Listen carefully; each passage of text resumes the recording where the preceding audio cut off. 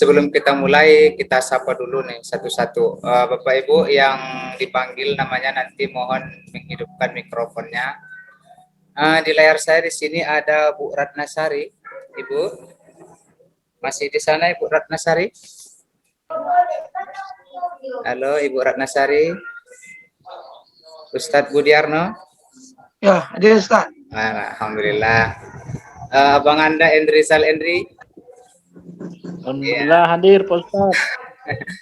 Sapa dulu ya satu-satu Bapak Ibu. Kita sambil cek-cek itu, cek-cek soundnya. Mana tahu nanti ada masalah mikrofonnya. Ibu Henny Julita. Ibu Henny. Halo Ibu Henny. Kayaknya jaringan. Bapak Tommy Indra. Halo Bapak. Ibu Friati. Assalamualaikum Ustaz. Waalaikumsalam. Ibu Friati ngajarnya di mana nih Bu? SD 10 Sasak Pak. SD 10 Sasa. Ibu Afrida. Halo Ibu Afrida. Halo Ibu Afrida. Silakan hidupkan mikrofonnya Bu Afrida. Ada gambar mikrofon di sebelah kiri bawah.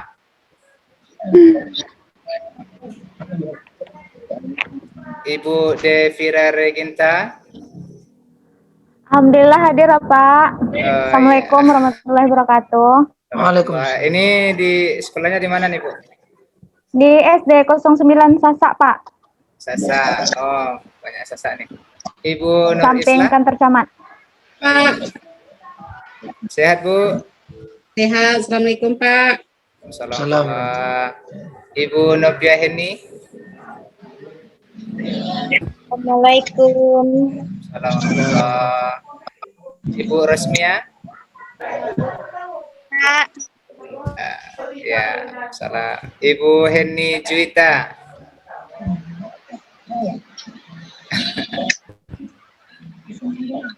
Bu Ira Mulyati. Assalamualaikum Pak. Assalamualaikum Ibu. Assalamualaikum Pak. Abang Anda, Abang Anda Ketua MGMPPI SMP. Ibu Filkhiam. Assalamualaikum Pak. Assalamualaikum. Ibu siapa lagi nih? Mulida.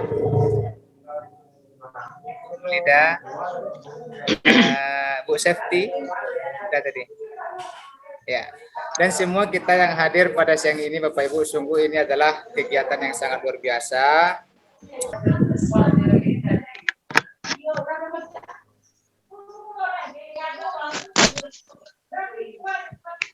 Ada yang apa lagi?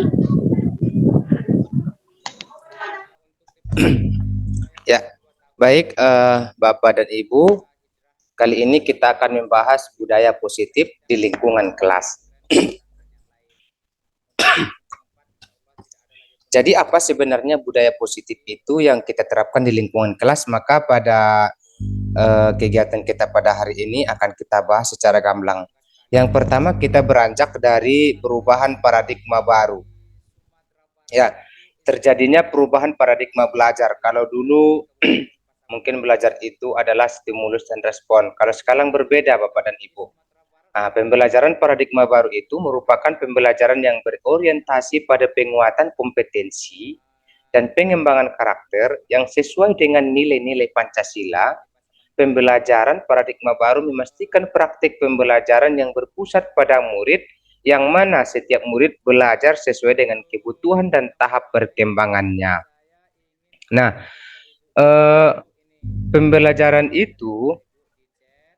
Pembelajaran paradigma baru dilakukan melalui kegiatan pembelajaran di dalam kelas yang disebut dengan intrakurikuler dan di luar kelas yang disebut dengan kokurikuler dan ekstrakurikuler. Kemudian, pembelajaran intrakurikuler dilakukan secara terdiferensiasi. Ada lagi nih, muncul istilah baru terdiferensiasi. Sehingga peserta didik memiliki cukup waktu untuk mendalami konsep dan menguatkan kompetensi. Hal ini juga diberikan keleluasan bagi guru untuk memilih perangkat ajar yang sesuai dengan kebutuhan dan karakteristik peserta didiknya. Kemudian pembelajaran kokurikuler berprinsip pembelajaran interdisipliner yang berorientasi pada pengembangan karakter dan kompetensi umum. Serta pembelajaran ekstrakurikuler adalah dilakukan dengan sesuai dengan minat murid dan sumber daya satuan pendidik. Nah, jadi ini paradigma baru yang terjadi perubahan paradigma belajar dalam pendidikan kita, Bapak Ibu. Jadi nanti konsep kita adalah bagaimana kita bisa menghadirkan pendidikan yang memberikan penguatan kompetensi dan pengembangan karakter melalui intrakurikuler dan juga melalui kokurikuler. Seterusnya, untuk menciptakan paradigma baru itu kita perlu disiplin positif. Kita perlu membangun disiplin positif. Apa itu disiplin positif? Nah, di dalam pembelajaran paradigma baru itu kita harus menanamkan nilai-nilai kebajikan kepada peserta didik. Nilai-nilai kebajikan itu kalau kita lihat ya Bapak dan Ibu ya, apa sih disiplin itu gitu. Ketika mendengar kata disiplin, apa yang terbayang di benak kita? Apa yang terlintas di pikiran kita gitu. Mungkin kebanyakan orang menghubungkan kata disiplin itu dengan tertib, teratur, patuh. Nah, tetapi disiplin juga dihubungkan dengan hukuman. Nah, padahal kan sesungguhnya itu berbeda. Karena belajar tentang disiplin positif tidak harus dengan memberi hukuman, justru itu adalah salah satu alternatif terakhir. Nah, terakhir loh Bapak Ibu, antara disiplin dengan hukuman itu, hukuman adalah alternatif terakhir kalau perlu tidak digunakan sama sekali. Nah, jadi bagaimana kita menanamkan nilai-nilai positif itu? Nilai apa yang kita bangun? Jadi untuk menanamkan nilai positif itu, maka kita bangun adalah bagaimana disiplin positif itu mengarah kepada beriman dan bertakwa kepada Tuhan Yang Maha Esa dan berakhlak mulia. Mengarah kepada kemandirian, mengarah kepada bernalar kritis, berkebinekaan global, gotong royong, dan kreatif. Nah, jadi misalnya begini Bapak dan Ibu, kita ingin membangun disiplin positif di kelas, gitu kan? Bagaimana kita membangun disiplin positif? Apa itu disiplin positif? Jadi misalnya Bapak dan Ibu tidak menginginkan kalau anak kita datang terlambat. Nah, jadi anak kita datang itu tepat waktu yang kita sebut dengan disiplin misalnya. Atau kita tidak ingin anak kita itu tidak membawa bekal dari rumah. Atau kita tidak ingin anak kita itu memakai pakaian yang belum sesuai dengan peraturan sekolah. Nah, ini nih yang akan kita bangun, disiplin positif itu. Jadi, kalau mungkin selama ini kita buat adalah setiap siswa dilarang memakai pakaian yang tidak sesuai dengan seragam sekolah atau aturan sekolah. Setiap siswa dilarang terlambat. Setiap siswa diharapkan setiap siswa diharap membawa bekal dari rumah, gitu kan? Jadi itu yang biasanya selama ini kita lakukan. Nah, dengan paradigma baru ini, dengan disiplin positif ini, kita akan coba tanamkan nilai-nilai ke dalam dirinya sehingga oh iya betul gitu. Jadi sehingga disiplin positif itu tertanam dalam dirinya, nilai-nilainya tertanam dalam dirinya. Nah, nilai-nilai itu harus mengarah kepada enam ini, yaitu profil pelajar Pancasila, di mana disiplin positif itu mengarah kepada beriman, bertakwa kepada Tuhan Yang Maha Esa dan berakhlak mulia, mandiri, bernalar kritis, berkebinekaan global, gotong royong, dan juga kreatif. Kita lanjut ya Bapak dan Ibu. Nah, ini sebelum kita mencoba masuk ke bagian-bagian yang pentingnya, di sini kita coba dulu untuk memahami motivasi perilaku manusia. Nah, Bapak dan Ibu, motivasi, ada beberapa hal yang perlu kita ketahui tentang motivasi perilaku manusia. Yang pertama adalah untuk menghindari ketidaknyamanan atau hukuman. Seseorang Misalnya kita suruh, kita minta dia untuk apa namanya? Misalnya seseorang kita suruh untuk belajar, gitu. Kita minta untuk belajar. Atau seseorang diminta untuk membuat tugas. Anak-anak diminta untuk menyelesaikan ini, menyelesaikan itu. Maka ada 3 motivasi yang terjadi pada dirinya. Satu diantaranya misalnya untuk menghindari ketidaknyamanan atau hukuman. Ada orang lewat di depan rumah kita misalnya gitu kan, tolong beli ini, kalau tidak kamu saya tembak. Akhirnya dia pergi beli karena dia ada takut ditembak. Itu adalah motivasi karena ketidaknyamanan atau hukuman. Anak akan datang tepat waktu karena tidak nyaman atau karena akan ada hukuman, berarti dia pada motivasi perilaku manusia yang pertama. Kemudian yang kedua adalah untuk mendapatkan imbalan atau penghargaan dari orang lain. Nah, ada anak disuruh misalnya buat tugas di rumah. Ananda, silakan buat tugas ini, membuat video seperti ini di rumah ya. Maka kalau ada Ananda kita yang melakukan tugas itu ingin mengharapkan pujian, oh nanti saya buatlah biar Pak Guru senang, biar Ibu Guru senang. Lalu nanti yang diharapkan itu ketika dibilang, waduh bagus tugasnya, sempurna tugasnya, atau dengan bahasa-bahasa reward yang lain, atau dengan penghargaan hadiah yang lain. Dengan itu dia melakukan pekerjaan itu, berarti dia ada pada posisi yang kedua, yaitu untuk mendapatkan imbalan atau penghargaan dari orang lain. Kemudian yang ketiga adalah untuk menjadi orang yang mereka inginkan dan menghargai diri sendiri dengan nilai-nilai yang mereka percaya. Nah, jadi ini yang akan kita bangun ketika kita meminta anak datang tepat waktu ke kelas, ketika kita meminta anak agar datang ke sekolah dengan menggunakan seragam yang bersih, yang rapi, sesuai dengan aturan. Mereka melakukan itu karena menghargai diri sendiri dan percaya akan nilai-nilai yang mereka yakini. Bukan karena ada hukuman, bukan karena ada imbalan atau yang lain, tetapi mereka memang sadar menghargai diri sendiri dengan nilai-nilai yang mereka percaya. Nah, ini nih motivasi semacam inilah yang akan kita bangun kepada anak-anak kita. Jadi itu nanti yang disebut dengan disiplin positif dan juga nilai-nilai keyakinan kelas. Nah, kemudian untuk memperkuat tentang motivasi perilaku manusia tadi, di sini kita coba lihat kebutuhan dasar manusia. Nah, kalau dari teori ada beberapa hal yang menyangkut dengan kebutuhan dasar manusia. Di antaranya adalah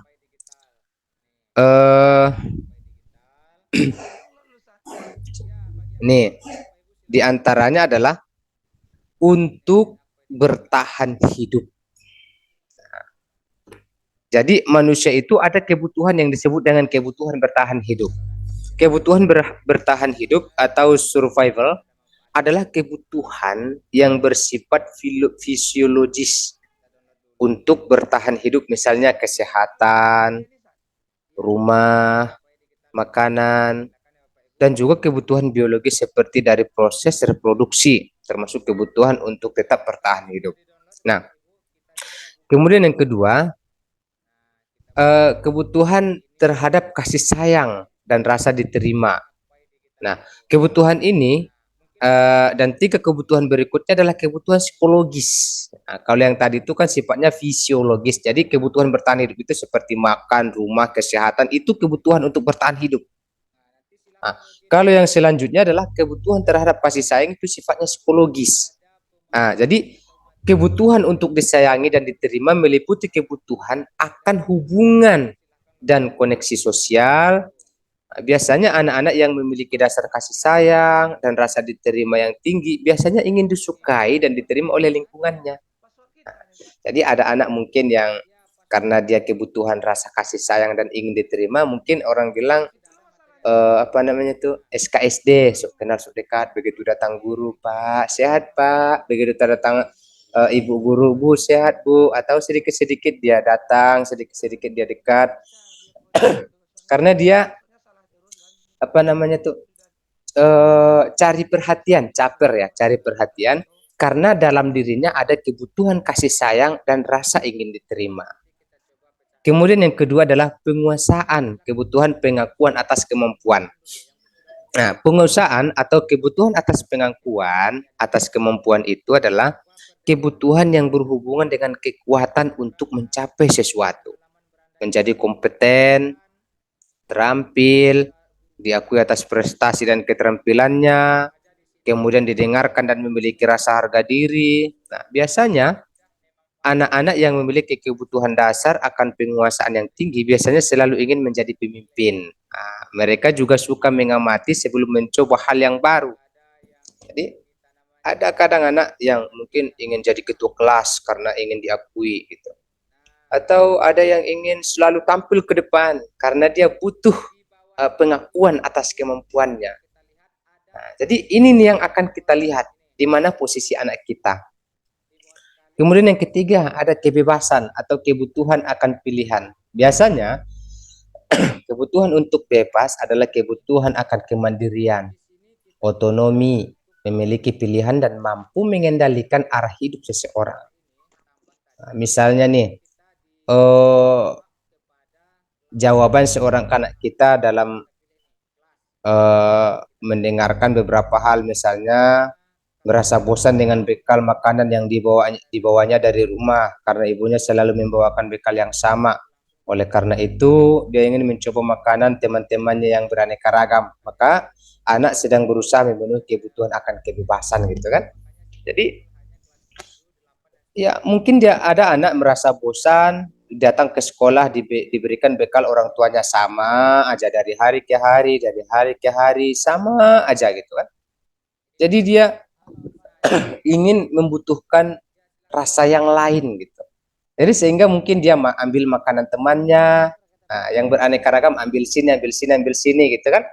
Jadi itu adalah kebutuhan akan kebebasan gitu. Dia ingin menikmati gitu. Nah, jadi itu juga perlu kita ketahui. Kemudian yang kelima ada kesenangan, yaitu kebutuhan untuk merasa senang. Jadi kebutuhan akan kesenangan adalah kebutuhan untuk mencari kesenangan, bermain, dan tertawa. Jadi anak-anak dengan kebutuhan dasar kesenangan yang tinggi biasanya ingin menikmati apa yang dilakukan mereka. Jadi itu ya Bapak dan Ibu. Jadi ada kebutuhan bertahan hidup, ada kasih sayang. Makanya kalau yang kebutuhan bertahan hidup itu, kalau kita di Minang tuh biasanya bilangnya amua baca kak jorang daripada baca kak joparwi. Nah, lebih baik berantem sama orang daripada berantem sama perut gitu kan. Nah, jadi ada kebutuhan dasar hidup gitu. Nah, ada kebutuhan terhadap kasih sayang dan diterima, penguasaan, kebebasan, dan kesenangan. Jadi kelima kebutuhan dasar ini sebagai guru yang ingin menerapkan disiplin positif juga harus menjadi kajian kita. Selanjutnya kita akan membahas tentang 5 posisi kontrol dan restitusi. Nah, Bapak dan Ibu, kita ingin membahas ini 5 posisi kontrol dan restitusi. Kalau dulu guru yang paling hebat adalah guru yang paling ditakuti dan disegani oleh murid, gitu kan? Guru yang paling hebat adalah guru yang paling ditakuti dan disegani oleh murid. Nah, jadi kalau kita pelajari 5 posisi kontrol guru, maka disinilah akan terlihat gitu kan. Nah, kalau ada guru dengan posisi kontrol penghukum, maka gurunya akan menghardik, menunjuk-nunjuk, menyakiti, menyindir. Nah, jadi misalnya begini, ada anak terlambat. Nah, jadi penghukum, kamu terlambat terus, tidak bisa diatur, tidak bisa dikasih nasihat. Udah payah Bapak kasih nasihat, kamu nggak mau juga. Nah, itu penghukum. Nah, sekarang kamu harus memungut sampah 1000 butir. Nah, itu kan penghukum. Jadi hasilnya apa? Hasilnya apa? Ia membentak, mendendam, menyalahkan orang lain yang membuat anak merasa tidak peduli gitu. Apa dampaknya? Nah, dampaknya paling anak akan mengulangi kesalahan berulang kali, perilaku menjadi agresif, dia akan menjadi nggak peduli gitu kan. Jadi semua menjadi disepelekan karena ya udah terlambat dibentak ambil sampah, terlambat dibentak ambil sampah. Jadi itu adalah posisi sebagai seorang penghukum. Kemudian yang kedua adalah pembuat rasa bersalah. Nah ini bersalam, mohon maaf ya Bapak Ibu ya. Pembuat rasa bersalah, bukan bersalam. Pembuat rasa bersalah. Nah, jadi kalau pembuat rasa bersalah ini datang anak terlambat. Kenapa kamu terlambat Doni? Kamu nggak kasihan sama kedua orang tuamu. Mereka udah capek-capek cari belanja. Mereka udah capek-capek nyekolahin kamu. Nggak kasihan sama kedua orang tuamu. Nggak mau kamu belajar dengan baik. Nah, jadi anak akan merasa bersalah gitu. Nah, jadi yang dua ini, penghukum dan pembuat rasa bersalah itu disebut dengan identitas gagal Bapak dan Ibu. Nggak bisa. Nggak ada manfaatnya. Nah, jadi sebagai penghukum pembuat rasa bersalah itu disebut dengan identitas gagal. Nah, kemudian ada sebagai teman dan juga sebagai pemantau. Kalau yang teman bagaimana? Kalau yang teman itu membuat alasan-alasan untuk muridnya. Nah, misalnya begini. Oh, kalau dia Pak lakukan untuk Ibu ya. Nah, ya sudah nanti ya Bapak Ibu bantu bereskan. Misalnya begini. Kalau misalnya anak nggak bikin PR, tadi Bapak Ibu ngomong gini. Kenapa nggak buat PR nak? Nah, jadi anak bilang ngomong alasan ini segala macam. Lalu Bapak Ibu bilang gini, tolonglah nak, kasihanlah sama Ibu. Udah capek-capek Ibu ngajar, buatlah PR-nya. Atau sedang Ibu menjelaskan misalnya ada anak-anak yang ribut, lalu Ibu bilang gini, nah tolonglah Ibu sudah capek-capek ngomong ini ngomong itu, masa kamu nggak dengar sih? Nah, itu mencoba pendekatan sebagai seorang teman. Atau misalnya ada anak yang terlambat, kenapa terlambat nak? Lalu anak bilang begini-begini, oh ya nggak apa-apa kok, masuklah, aman tuh, beres tuh. Nah, jadi itu disebut dengan kontrol sebagai seorang teman, ya. Itu sih positif gitu. Tapi sebenarnya itu belum apa nanti yang akan terjadi. Kalau dengan kontrol teman ini, maka dampaknya kepada murid adalah tergantung tidak mandiri dan tidak bisa memutuskan. Dia akan tergantung kepada kita. Dia nggak bisa mandiri, dia akan memutuskan. Kalaupun misalnya kita bantu dia misalnya gitu kan sebagai teman, ada anak nggak buat PR, lalu kita bantu dia ini loh nah ini segala macam, atau ada anak terlambat nggak apa-apa nak masuk aja nanti ini segala macam. Jadi kalau dilakukan sebagai pendekatan sebagai teman, maka kemandirian anak tidak akan ada. Lalu yang keempat adalah sebagai pemantau.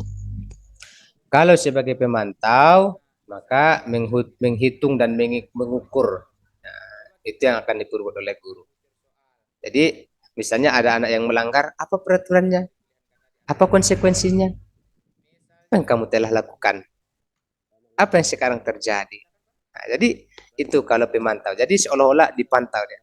Nah, kalau ada anak melanggar, itu udah ada dalam aturan sekolah, itu nggak boleh kan? Nah, jadi pemantau.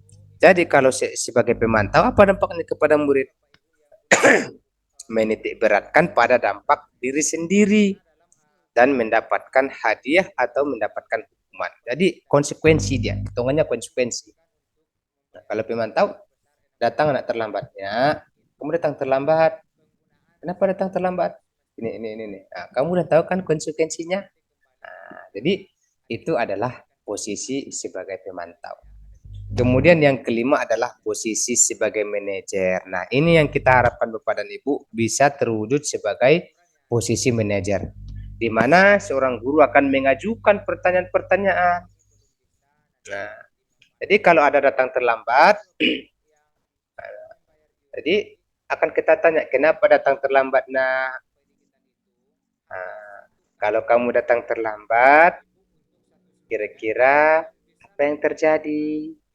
Nah, jadi ada posisi kontrol manajer seorang guru. Kalau di sini nanti misalnya di kontrol manajer ini, guru akan menggunakan beberapa kata-kata. Misalnya, apa yang kita yakini? Apa yang kamu yakini hal tersebut? Kalau kamu yakininya, maukah kamu memperbaikinya? Nah, kalau kamu memperbaikinya, jadi kira-kira hal tersebut akan menggambarkan apa tentang dirimu? Nah, jadi dampaknya pada murid apa? Dia akan mampu mengevaluasi diri dan bagaimana menjadi diri yang lebih baik. Jadi, Bapak dan Ibu, dari kelima posisi kontrol ini, maka kita dituntut menjadi sebagai seorang manajer. Kita bisa memanage anak, kemudian mengembalikan kesadarannya. Jangan menjadi seorang penghukum, pembuat rasa bersalah. Kalau tidak bisa sebagai seorang manajer, minimal menjadi seorang pemantau. Jadi jadilah nanti akan kita coba gali menjadi lebih dalam bagaimana sih posisi manajer itu. Ketika seorang anak datang, lalu ditanya, diajukan pertanyaan-pertanyaan yang memunculkan bahwa merasa dia sendiri mengakui bahwa perbuatannya itu adalah salah. Dia sendiri mengakui bahwa perbuatannya itu yang membuat dirinya merugi, sehingga muncul kesadaran dan keyakinan. Jadi inilah yang akan coba kita bangun.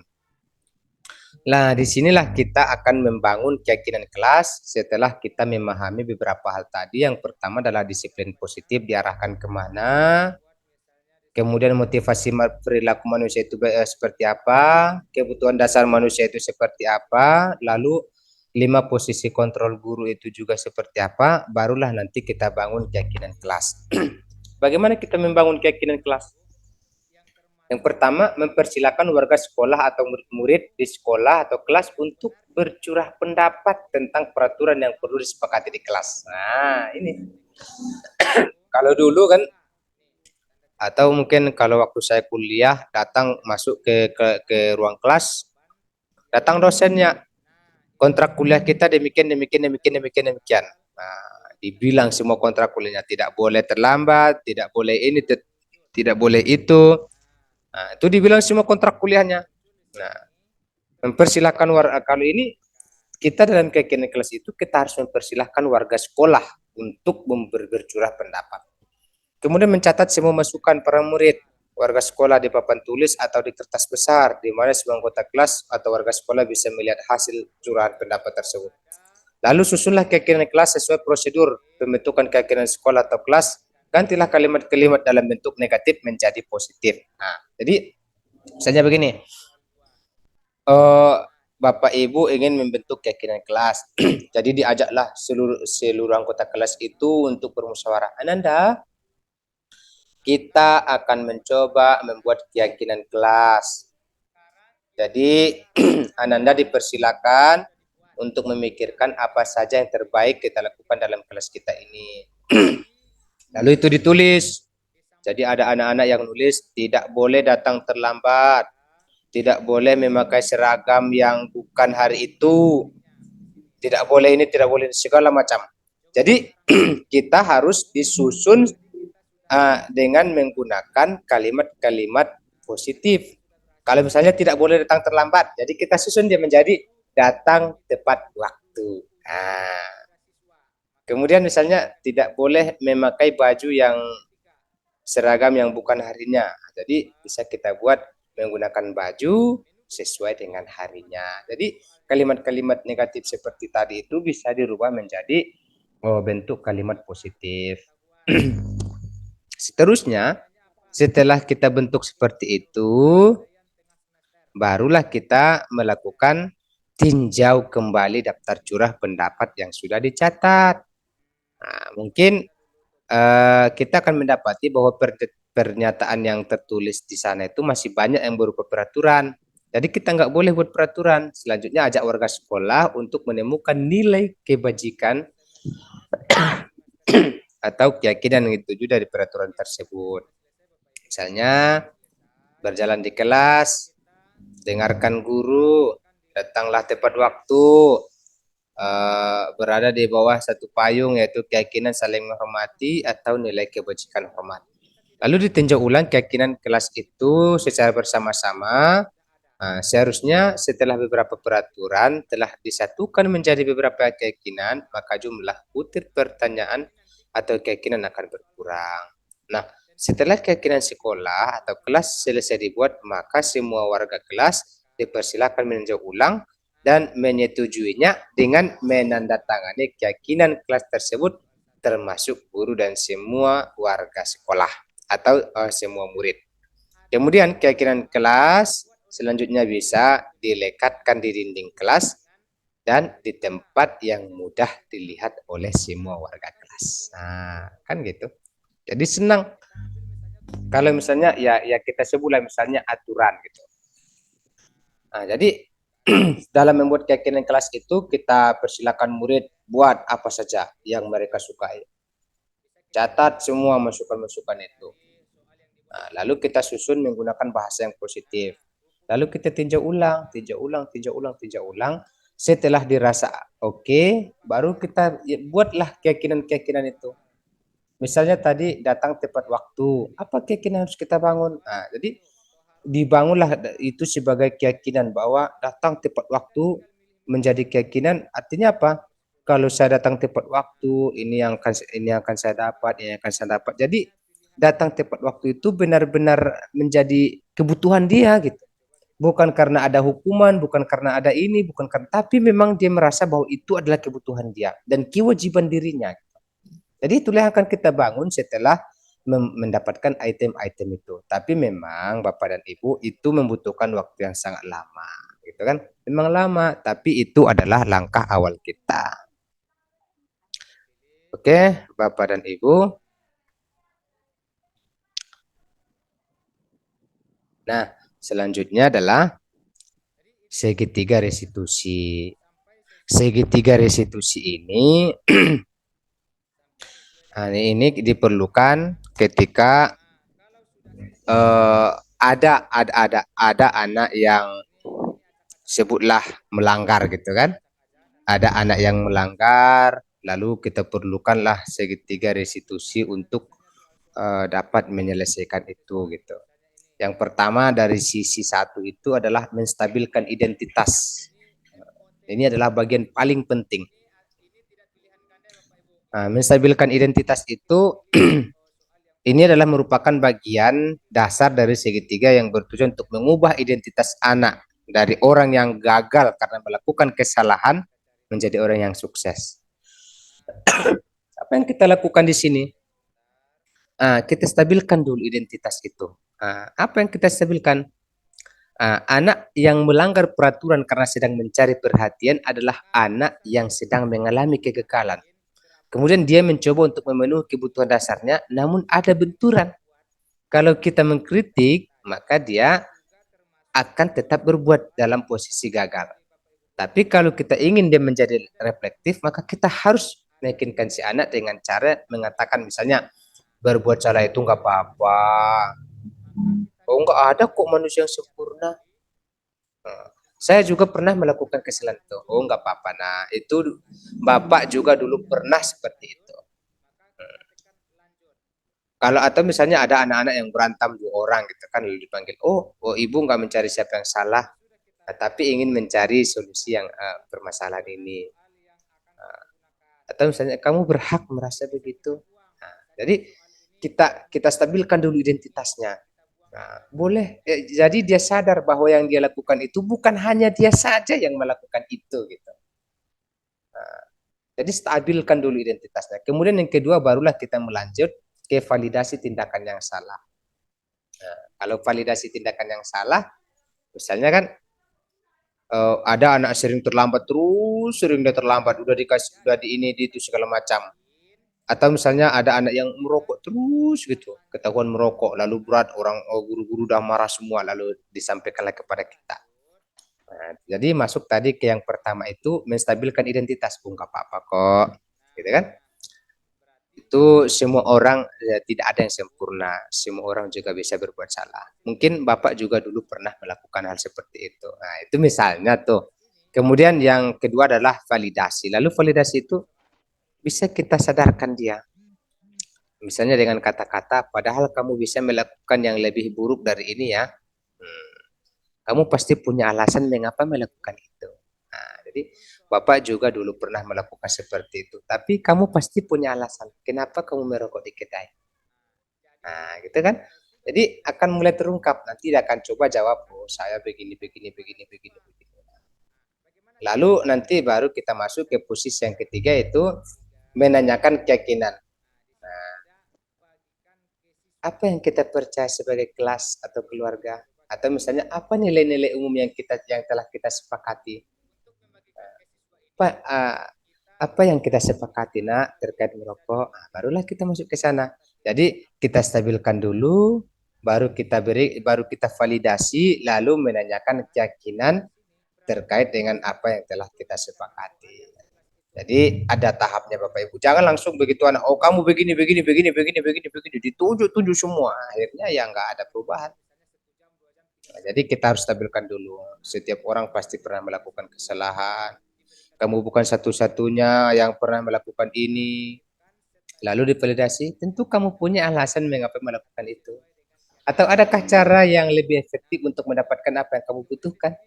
Nah, lalu ditanyakan keyakinan kelas apa yang telah kita sepakati, kamu ingin menjadi orang seperti apa, dan lain sebagainya. Oke, Bapak dan Ibu, jadi mungkin itu bisa kita lebih perdalam nanti dalam diskusi. Untuk sementara, itulah beberapa hal yang perlu saya sampaikan terkait dengan bagaimana kita menanamkan budaya positif di lingkungan kelas. Untuk sementara Bapak dan Ibu saya tutup dahulu. Assalamualaikum warahmatullahi wabarakatuh. Waalaikumsalam warahmatullahi wabarakatuh. Alhamdulillah pencerahan yang sangat baik dan cukup menggelitik kepala kita, sehingga di antara kita banyak yang bertanya-tanya dan mungkin sudah paham sekarang, semalam nggak lagi paham. Seperti itu. Itu untuk acara ini untuk Pak Ahmad Al-Ghazali, semoga ilmunya semakin berkah, dan kita tutup acara ini, sesi ini dengan membacakan alhamdulillahirobbilalamin. Alhamdulillahirobbilalamin. Sebagai moderator, mohon maaf atas segala kekurangan. Terima kasih atas segala perhatian. Wassalamualaikum warahmatullahi wabarakatuh. Waalaikumsalam warahmatullahi wabarakatuh. Bang Haryanto, mungkin penutupannya jam berapa Bang? Sebelum nanti teman-teman keluar.